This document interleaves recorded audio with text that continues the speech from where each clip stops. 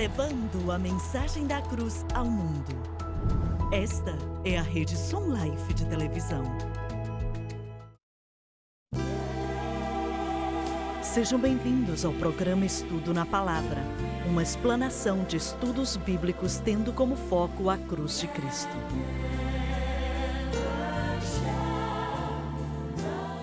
Bem-vindo hoje ao Estudo na Palavra. Eu sou o evangelista Jimmy Swaggart com Lauren Lawson, com o David Borg, Dr. Don Paul Gray, com o Dave Smith. É um prazer estar com você para estudarmos juntos a Palavra de Deus. Como mencionei algumas vezes nos programas passados, começamos uma nova série há alguns dias atrás falando de Daniel. E os primeiros 6 capítulos de Daniel tem muito a ver com a sua consagração e sua dedicação. Eu quis começar com o capítulo 7 de Daniel, que fala do ministério profético desse homem, que é algo chocante, mas o Espírito Santo pensou que fosse muito significante colocar no texto das Escrituras sobre a consagração de Daniel também.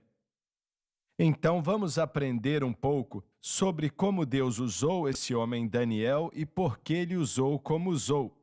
Um dos maiores homens de Deus que já viveu, que nenhuma vez perdeu seu testemunho ou sua fé. Em todos esses anos vivendo no meio dos ímpios que não conheciam a Deus, mas nenhuma vez ele negociou seus princípios de fé diante do Senhor, como vemos aqui na Palavra de Deus. Pode ler o versículo 19, por favor. O rei conversou com eles e não encontrou ninguém comparável a Daniel, Ananias, Misael e Azarias, de modo que eles passaram a servir o rei. O rei encontrou que esses 4 homens eram superiores aos outros. O rei lhes fez perguntas sobre todos os assuntos que exigiam sabedoria e conhecimento e descobriu que eram 10 vezes mais sábios do que todos os magos e encantadores de todo o seu reino. Essa é uma declaração maravilhosa, feita pelo Espírito Santo. Certo, Nabucodonosor não gastou dinheiro à toa. Nesse grupo ali, certo. E ninguém chegou nem chegou perto da inteligência, do espírito e da sabedoria deles. E isso é a bênção de Deus, irmão Swaggart. Isso é chocante considerando que eles eram apenas garotos, adolescentes ou com 20 e poucos anos. Daniel permaneceu ali até o 1º ano do rei Ciro. A palavra permaneceu aqui fala que ele permaneceu no governo trabalhando até o rei Ciro. Ele viveu 2 ou 3 anos a mais e testemunhou o começo e o fim do cativeiro de 70 anos. Olha só, voltando ao versículo 20 e comparando esses 4 jovens, 10 vezes melhores, mas aí diz, do que todos os sábios e astrólogos. Isso é muito poderoso. Supostamente eles eram os mais poderosos do mundo. Era só quem tinha PhD. Só quem tinha PhD naquela época, e esses garotos judeus eram melhores do que eles. Esse não era mais o grupo que tinha sido treinado. Esse era o grupo que já tinha sido estabelecido como conselheiros do rei. Então esses rapazes que tinham acabado de sair do seminário, chegaram ali cheios do Espírito Santo, e Nabucodonosor vê que eles são melhores do que aqueles homens de quem ele tinha dependido por vários anos, 10 vezes melhor. Pessoas ignorantes, mas que estiveram com Jesus. Verdade, é muito interessante poder ver aquilo que Deus pode fazer. Na verdade, Daniel era considerado naquela época o homem mais sábio do mundo.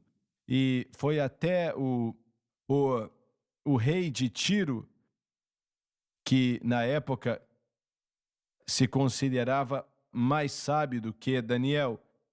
E claro que era uma piada, ele não chegava nem perto. Irmão Swaggart, você pode falar um pouco mais da declaração que você fez sobre servir mais do que o período de 70 anos? Imagina todas as partes da história que ele viu. Olha, ele viu quando Judá foi levada para o cativo babilônico E ele serviu naquele reino e no reino seguinte durante aqueles 70 anos, que foi profetizado por quem? Jeremias, que tinha profetizado que Israel iria para o cativeiro. Então, desde 586, quando aconteceu o cativeiro babilônico, até o quê? 520? São 70 anos. Na realidade, ele estava envolvido com, deixa eu ver, 4 reis, pelo menos, que ele viveu durante o reino deles: Nabucodonosor, Dário, Belsazar e Ciro. Então, e o rei judeu também, Joaquim, certo? Mas ele viveu debaixo de todos esses governos. Mas Belsazar não usou a sabedoria de Daniel, não é? E então ele apenas conheceu Daniel quando Daniel leu o que estava escrito na parede. E foi uma cena chocante, mas ele não aproveitou da sabedoria e da inteligência de Daniel. E essa é a estupidez de seguir os nossos próprios desejos. E claro que ele foi destronado na noite que conheceu Daniel pelos medos e persas. Pelo que eu me lembro, Daniel morre na Babilônia, não é mesmo? Verdade. Ele não volta para Jerusalém com os outros. Ele acaba ficando ali, certo? Ele estava velho demais para voltar. Eu não lembro quantos anos ele tinha quando morreu. Não sei se a Bíblia diz isso. Acho que não diz. Pelo menos eu não lembro. Comece no capítulo 2, versículo 1, a não ser que vocês queiram comentar mais alguma coisa. No segundo ano de seu reinado, Nabucodonosor teve sonhos. Sua mente ficou tão perturbada que ele não conseguia dormir. O segundo ano desse versículo fala dele como o único rei. Na realidade, ele tinha reinado como co-líder com o seu pai por alguns anos, no qual parte desses 3 anos aconteceram. E o sonho que o atribulava veio do Senhor. Por isso o rei convocou os magos, os encantadores, os feiticeiros e os astrólogos para que lhe dissessem o que ele havia sonhado. Quando eles vieram e se apresentaram ao rei, a ação dos reis consultando astrólogos e sábios é uma de muitas provas de que essa história é real, pois homens que não são convertidos buscam ajuda em suas dificuldades em direções que não são o Senhor. Mas ele fez isso porque era só o que ele sabia fazer. Ele não sabia como fazer outra coisa. Eu não acho que ele pensou em Daniel, porque Daniel ainda, ele provavelmente devia ter 20 e tantos anos, talvez até 30 e poucos anos.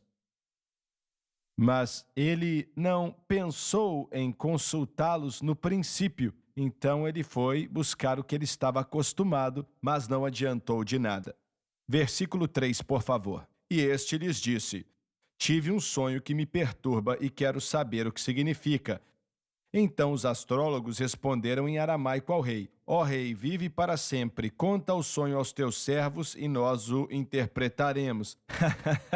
O Espírito Santo estava para confundi-los agora.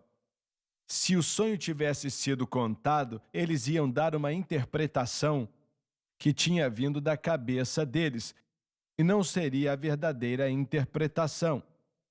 O rei respondeu aos astrólogos: esta é a minha decisão. Se vocês não me disserem qual foi o meu sonho e não o interpretarem, farei que vocês sejam cortados em pedaços e que as suas casas se tornem montes de entulho.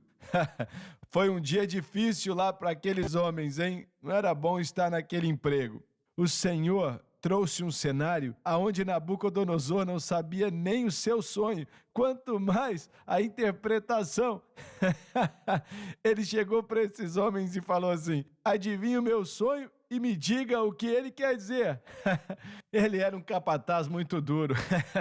Você acha que ele os conhecia bem o bastante, que se ele fosse chegar à solução disso tudo, tinha que ter sido daquela maneira e por isso foi aquilo que ele exigiu? Eu não sei se